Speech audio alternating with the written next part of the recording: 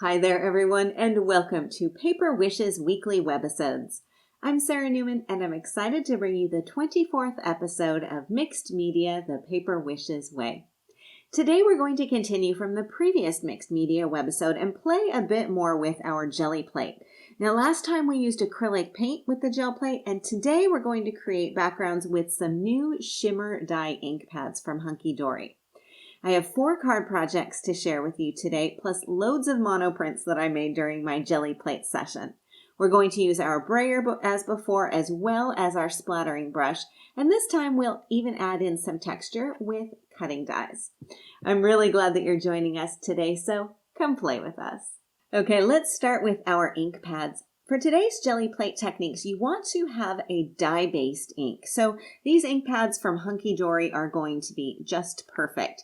Now these are a little different from other kinds of inks because they're shimmery. You can see from my swatches here that there's a beautiful sheen to them when the ink catches the light. It's not glittery, it's not a high shine, it's just a really nice, soft and subtle iridescence. And I think you may be able to see it a little bit better on this monoprinted piece that I did earlier. So you can really see that soft iridescence on there.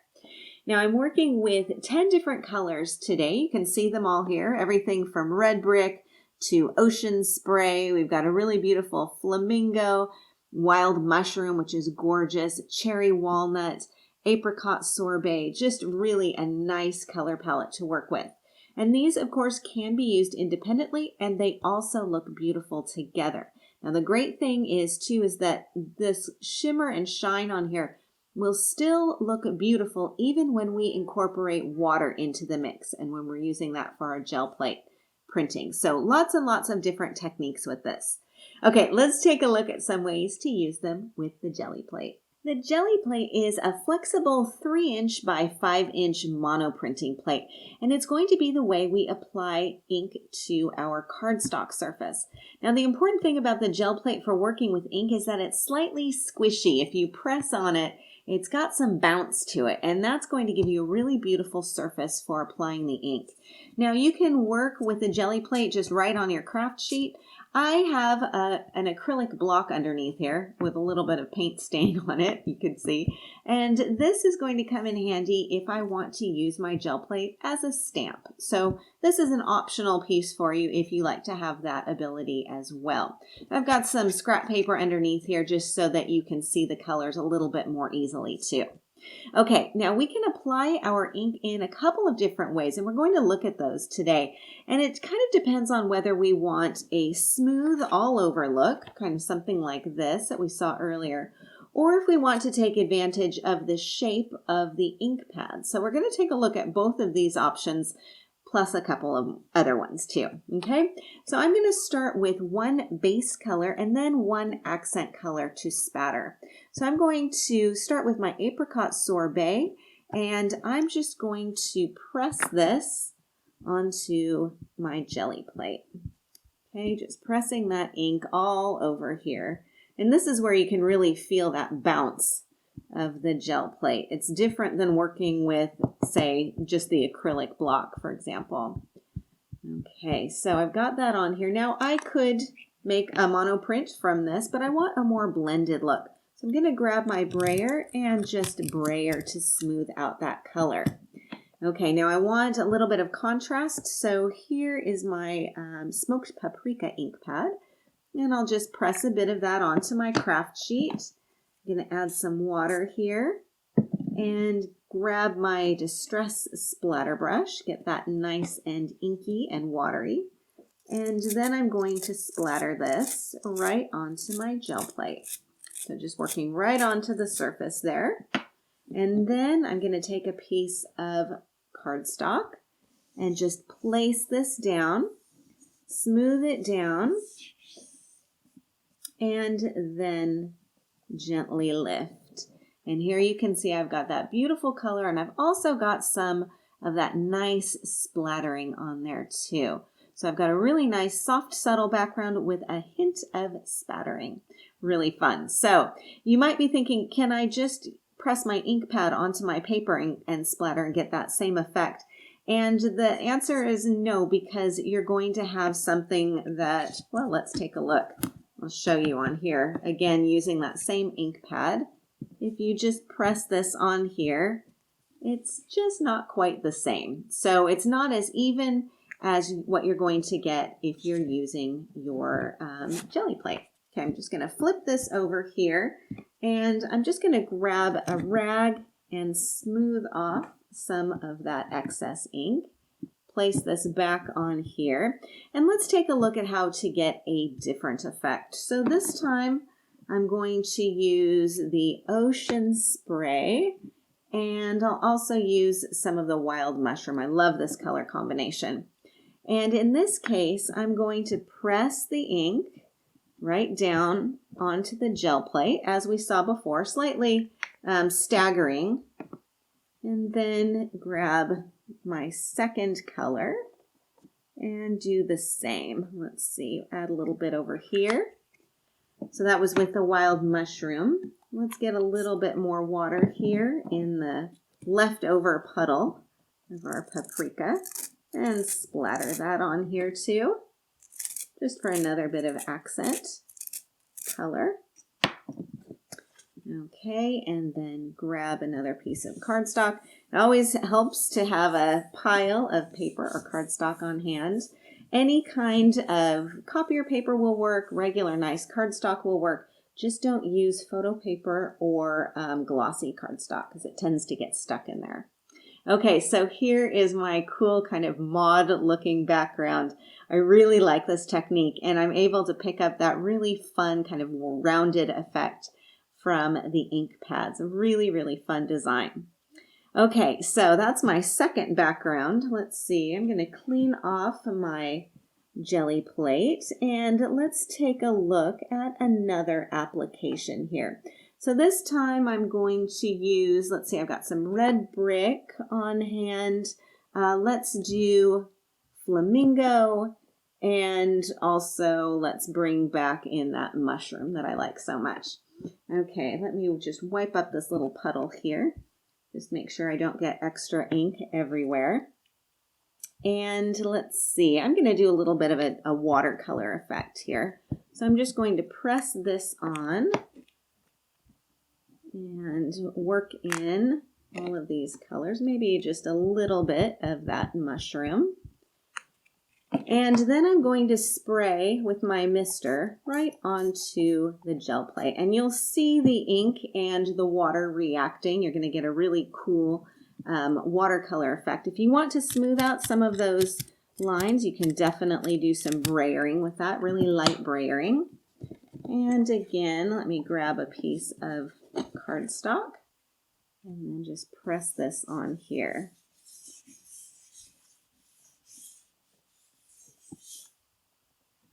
And pull that up and take a look. Now I've got another really pretty watercolor effect on here. So really beautiful, really easy to do. And of course, you're going to get a different look every time you do this, even if you're using the same colors. And that's the beauty of a monoprint. Okay, so if you want to create a larger background, all you need to do in this case is simply flip over your Gelli plate and use this as a stamp, and that will help you to create bigger pieces. You can kind of grow your Gelli plate. Okay, one more technique that I want to show you. Let's just clean this up quickly because I'm going to switch some colors. And I'm going to grab the, let's see, this is the apricot. Let's go ahead and squish some of this down, and some more smoked paprika. Add that in there. And then let's do the, let's see. Ooh, I've got the orange zest. We'll put some of this on here, some really nice, dark, rich colors. And in this case, I'm just going to brayer this out, again, kind of smoothing that out. And I'm going to take my splatter brush. Now, we looked at doing this with paint before, and it works beautifully with your ink as well. So I'm just dragging that across there. And to get another piece of cardstock and press this down. And pull this up and you can see I've got a really cool stripy effect. So of course, when you're using your brush, you can wiggle the lines, you can do crosshatch design, you could do only a portion of it or one strip going through the center. So lots and lots of different ways that you can create some patterns on here as well. Okay, so now you see these easy ways to use the gel plate. Let's take a look at another technique somewhat similar to this, using cutting dies. So we saw in the last webisode how to use stencils with the gel plate. We were working with acrylic paints in that case. Now cutting dies can work in a similar fashion with ink pads. So you can kind of make your own stencils with all over dies, like for example, the double diamond that I'm going to be working with right now.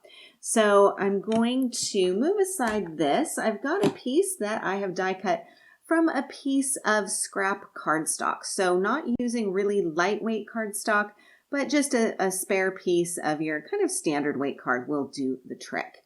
Okay, so I'm going to be working with the red brick, and what I'll do is just press the red brick right on here as we've done before, and make sure that I've got that nice and inky.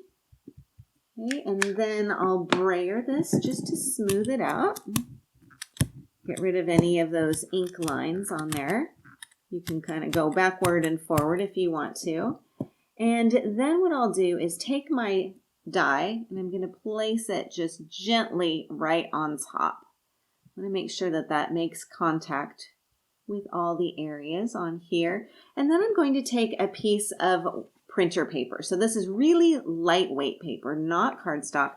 I find that the printer paper works better for this part of the process because it's lightweight and it means that you can actually see where the ink is making contact. What we're trying to do is remove the ink from the open areas of the cutting die or the stencil as what we've made. Okay, so I'm just going to smooth this. I'll lift this off and you can see I've kind of got a cool background that I can use for something. And then I'll remove this die cut piece, pop that to one side. I reuse those, by the way, so you can use it again and again. And then I'll just put my piece of cardstock on top. Okay, so again, doing another smoothing process here just to make sure that I've got contact with everything. And then pull this off and I have my kind of reverse die cut stenciled piece. Now this is really fun to use on its own. You can do lots of variations with it though. I'm going to show you another one here. This one I only put down the cutting die portion on one part of the gel plate. So I've got a solid over here and then I've got that beautiful stencil design on here. You can also do this with another mono printed piece. So in this case, I've got a tone on tone effect. I did flamingo. Let's see, that is with flamingo and then stenciled with jelly bean. So you can get some really high contrast looks. You can also get a softer tone on tone effect. And again, this works with any of your cutting dies. You can use the entire piece like we've done here. You can also use smaller elements. So you could even use some of the diamonds that you have as a result of cutting out with your die cutting machine. So lots of fun ways that you can use that.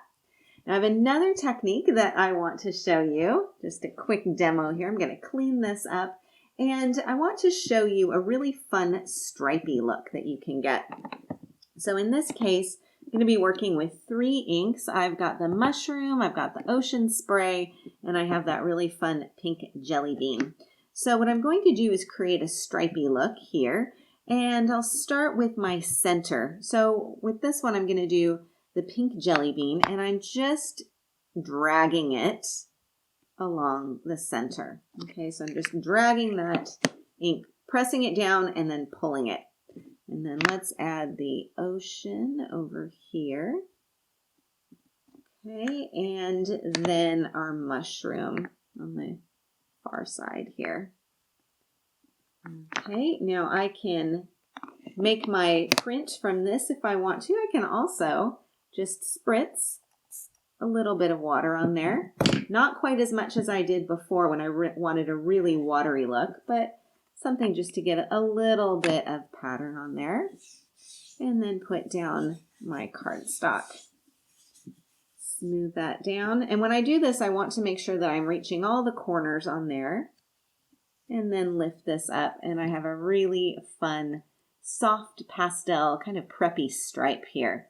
And this works beautifully whether you're using the entire piece as a background or later, as we'll see, if you're cutting apart some of those stripes. So another really fun and easy technique to do. Okay, so now that you've seen even more ways to use your mono printing plate, let's take a look at some cards that you can use with your projects. Let's take a look at a couple of cards. Now, all the cards that I made are using the Lilacs and Bloom 12 by 12 patterned paper collection. And this is full of just gorgeous patterned floral designs. You've got lots of nice all over backgrounds. You've also got some corner treatments and some borders. And of course, since it is hot off the press, you also get a sheet of cutouts in here too. So that's been the main basis for my card projects. I'm also using the coordinating Lilac in Bloom cardstock collection. And this again has some really beautiful color coordinating background cardstocks that will match perfectly. Okay, so let's take a look at the cards. You can see with this first one that I've created this middle layer here using the brayer and splatter technique. Now this is using apricot sorbet with orange zest splattering. And I just foam taped it onto that lilac background and then added some embellishments.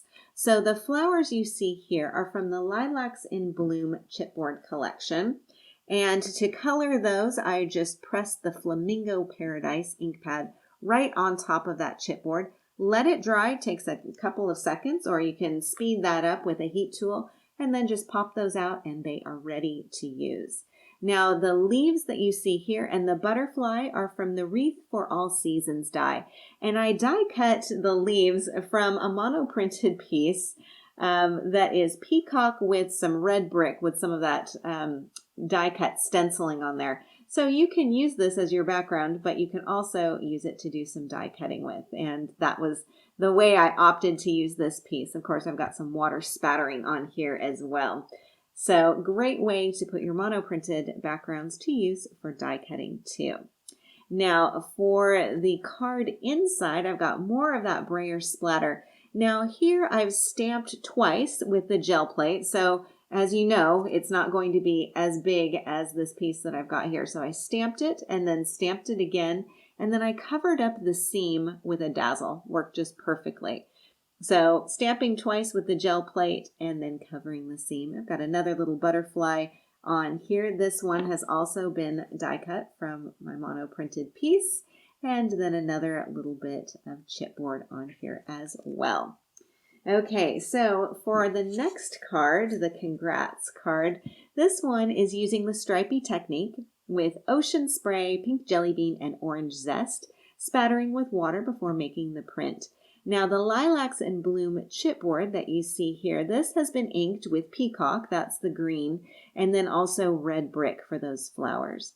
Now for the card inside, I've used cut strips of the striped background along with a few more chipboard pieces. So remember we talked about different ways to use that stripey. Well, you can have it going this way. You can also cut it apart to have the stripes reading the other way as well. All right, one more card project here. This is a card that uses the ink press technique. I really love this background. It was a lot of fun. This is using the apricot sorbet, red brick, and flamingo with cherry walnuts splattered on top before making that print. Now the thank you message is from the Lilacs in Bloom die cut collection. And here I have this matted onto two colors of that lilac cardstock.